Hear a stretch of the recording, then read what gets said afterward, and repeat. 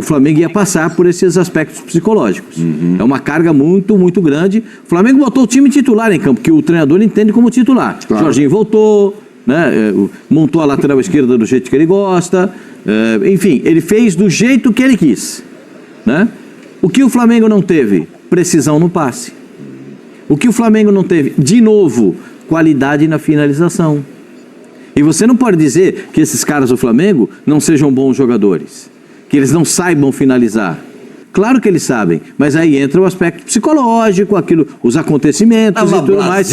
Flamengo? Tava meio sabendo que o resultado estava na mão. Então o Flamengo jogou. Eu não gosto desse tipo de coisa, de jogar com o regulamento embaixo do braço. Eu acho que você tem que se aproveitar do regulamento para algumas situações.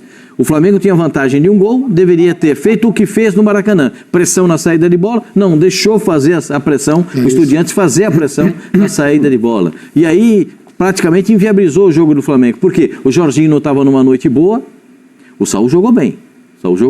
Mas não teve precisão nas finalizações. Ele pegou um chute de fora da área, que a bola foi lá no placar eletrônico, eu falei, mas não é o Saúl que chutou. Depois ele teve uma que chutou que passou aqui, ó, tirou tinta. Nossa senhora. Se tivesse mais uma demão de tinta, é demão, viu gente que chama, não é mão não, é uma demão de tinta, dava uma raspadinha na trave. E o que os caras do Flamengo bateram bem o pênalti? Nossa! E o que o goleiro... Agora, aquele negócio, ele disse que ia se recuperar para os jogadores, né? Falou. Aí o Rossi foi lá e se recuperou, pegou 2 pênaltis. Teve a chance de, né? Os 2 pênaltis no mesmo canto. Curioso, né? Mal batidos.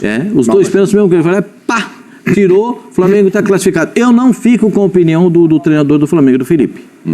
Eu não acho que o Flamengo classificou era o que precisava, não. Porque a torcida do Flamengo sabe que para o Flamengo não basta só se classificar. A torcida do Flamengo sabe que para o Flamengo não basta só ganhar. O Flamengo tem que classificar, tem que se classificar jogando bem. Tem que ganhar sendo superior e jogando bem diante do adversário. Então, por enquanto o Flamengo está classificado. Mas, olho, hein? Eu estou até com a camisa azul clara aqui para falar do Racing. Olho, hein? É outro tipo de jogo. Projetaremos também. É outro time. O Estudiantes é um time um pouquinho mais fraco, vai mais no coração, na vontade, na alma. É tudo no coração. O outro sabe jogar. Precisa ter um pouquinho mais de atenção para saber o que vai acontecer. Eu não estou nem um pouquinho surpreso com o que o Flamengo passou. Nem um pouquinho. Olha a minha cara de surpresa que o Flamengo passou. Olha a minha cara de surpresa que o Palmeiras está classificado. Que o Racing está classificado. E que a LDU está classificada? A da LDU doeu um pouquinho. Como é que é a sua cara? Para você, eu fico chateado. Porque se o São Paulo passa... Tô acreditando. Porque se o São Paulo passa, nós já teríamos uma final praticamente brasileira. Claro, o Pascoal queria Palmeiras e São Paulo. Não acho impossível, não. Acho até bonito ter um Palmeiras e São Paulo. Sim. Agora, vai ter que jogar lá na altitude, 2.850, né? Vai ter que trazer para cá. Melhor pegar, o Flamengo vai ter... Melhor pegar o São Paulo do que a LDU. O Flamengo vai jogar num estádio que é... A torcida do Racing, ela é diferente da torcida do Estudiantes, que é diferente da torcida do Boca, que é diferente da torcida do Racing. O Racing é uma torcida que empurra o time. Me disseram que a torcida do Estudiantes é torcida de colégio perto da do Racing. São juvenis perto do Racing. O confronto do Flamengo é bem mais difícil que o do Palmeiras. Bem mais difícil que o do Palmeiras. Apesar da altitude, a semifinal do Flamengo ela é bem mais complicada. Rafinha, vamos dar um pulo lá no Mirante do Leblon? Eu acho taco a taco. Acho o Racing mais casca grossa. É 2.850, Azul. Mas o Racing é bom. O Racing é um belíssimo time. Muito bem treinado. E é um time que não dá respiro para ele. E que joga, o Gustavo Costas conseguiu fazer, porque ele é assim, com que o time morresse de jogar pelo Racing. Ele tem isso desde o ano passado na Copa Sul-Americana. E aí é assim essa Libertadores. A gente estava lá na final aquela loucura. Aquela loucura. Eu não sei se você estava comigo no dia da entrevista dele, antes do jogo.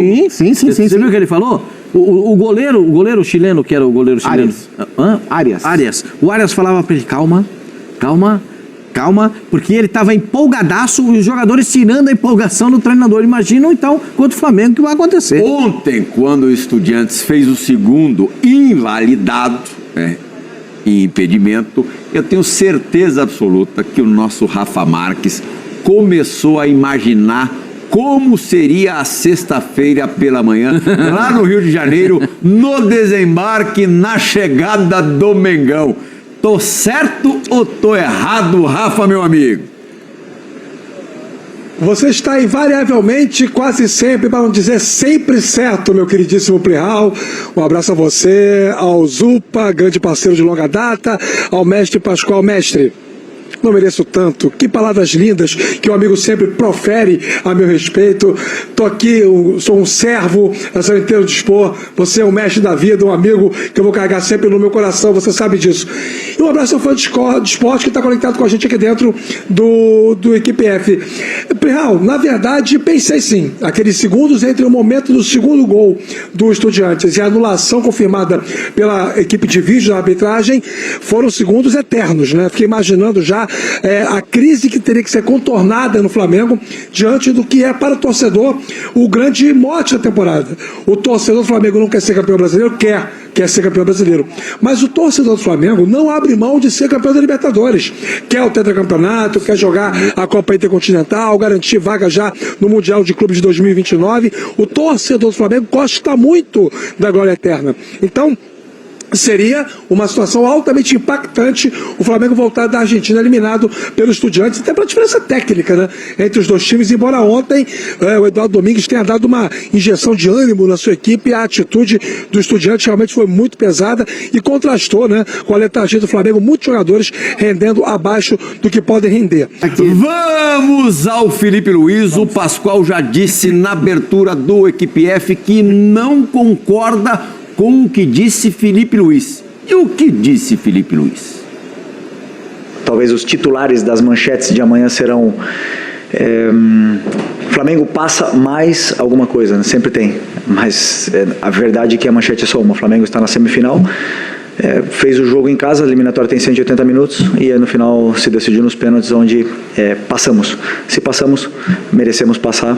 O Rossi, ele tem a nossa confiança, tem o carinho dos jogadores do grupo, e quando veio os pênaltis ele veio falar para mim, deixa comigo que eu errei antes, mas eu vou classificar a gente agora. Gustavo Zupac, como diria Jack, o estripador, vamos por partes. Por partes.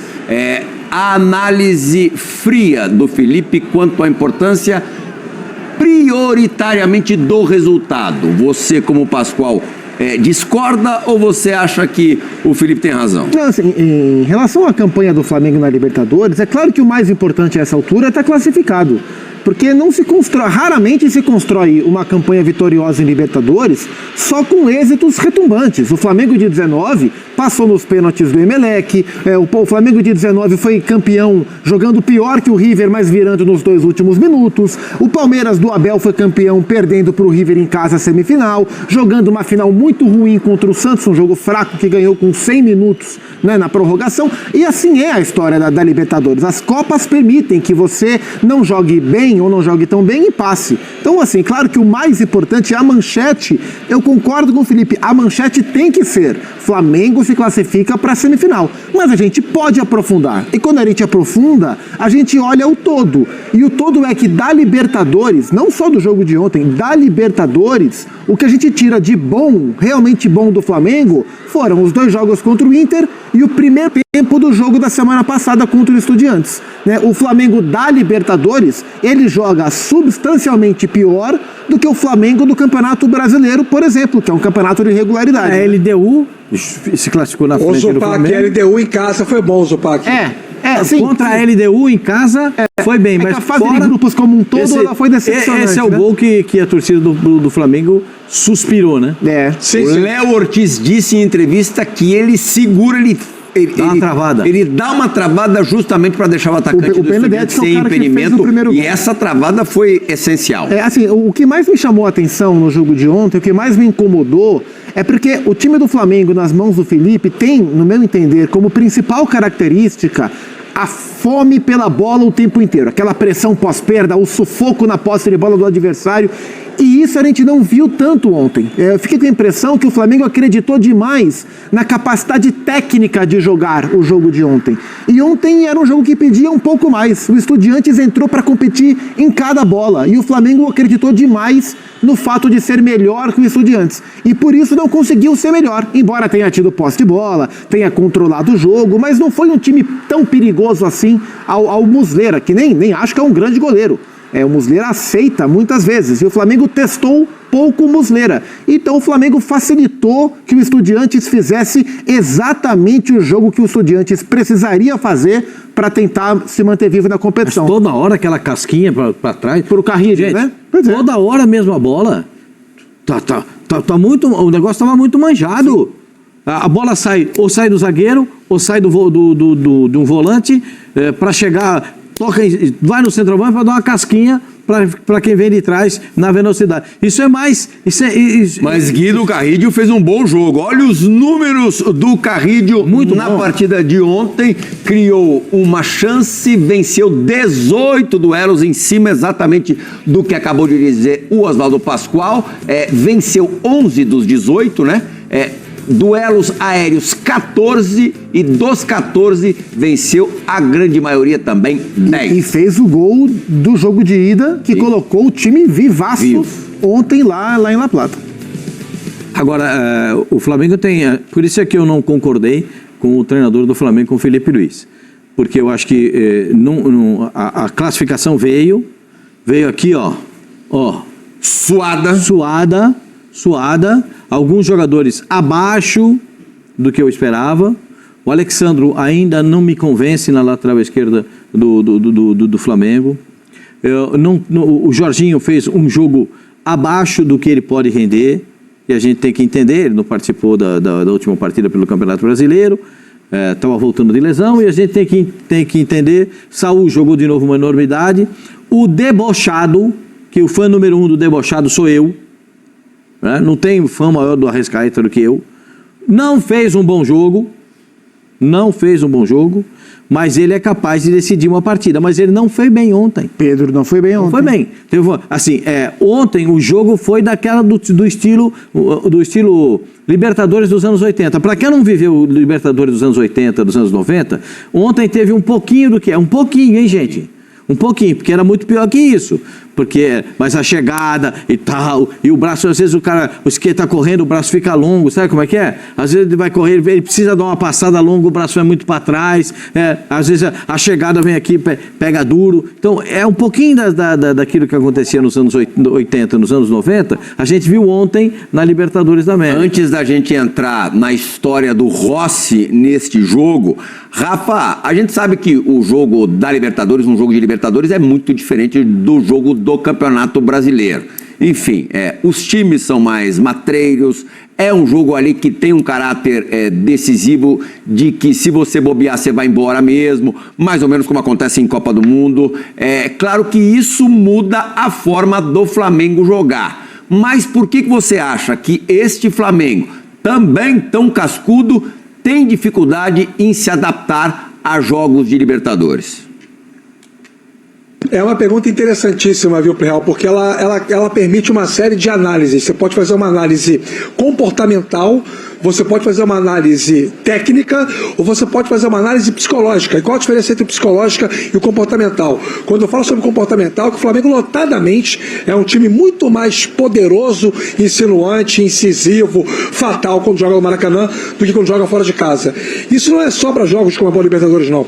Isso também é para jogos do Campeonato Brasileiro, isso também é para jogos de Copa do Brasil, tirando aquele jogo contra o Atlético Mineiro lá. O Flamengo tem, normalmente, problemas de identidade quando atua fora de casa. Eu acho que o torcedor sabe disso, tanto que aposta muito no Maracanã como um fator diferencial para poder alcançar suas metas. Esse é o comportamental. O psicológico a partir do momento em que as coisas não se desenvolvem no campo como o Felipe Luiz planejou, e aí cabe uma ressalva ao Felipe Luiz, a quem eu atribuo muito mérito no trabalho que desenvolve à frente do Flamengo desde o ano passado.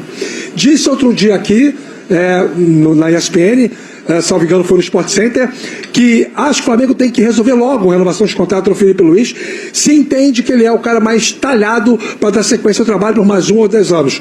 E isso independe do resultado final do campeonato, da temporada, tanto brasileiro quanto Libertadores. Mas ainda é um técnico em formação. Todos nós somos profissionais em constante formação, e o Felipe Luiz, por ser muito jovem na função, está muito longe de estar pleno na função de técnico de futebol.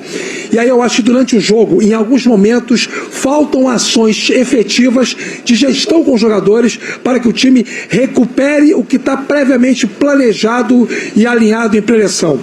A sensação que a gente tem é que o Flamengo se perde em alguns momentos durante os jogos. E na Copa Libertadores isso fica mais latejante, por isso que entra o componente psicológico. E a parte técnica, que eu acho que a gente precisa talvez desenvolver melhor, ela tem relação direta com a maneira como o adversário se comporta quando vai enfrentar o Flamengo. Todo mundo tem acesso a todos os dados hoje em dia no futebol.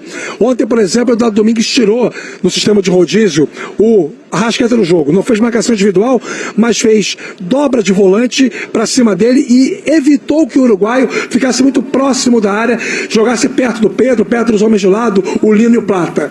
E aí, sem o Arrascaeta participando no jogo, o Flamengo perde muito da sua qualidade. O Pascoal fala, né, que ele é o debochado, que ele é o diferente. Sim, e o mundo do futebol sabe disso. Então, quem tiver esse entendimento e conseguir encaixar o modelo de marcação para que o uruguaio não jogue, vai ter vantagens técnicas em cima do Flamengo. Só para citar um exemplo, poderia citar vários.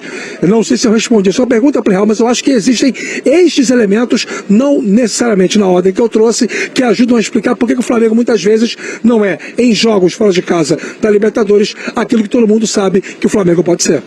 Explicou, sim, senhor.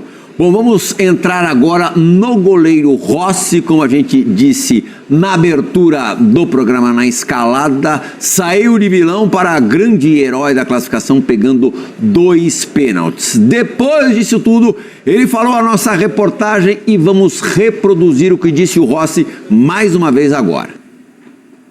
Fiquei com um pouco na bronca, né, por conta do gol.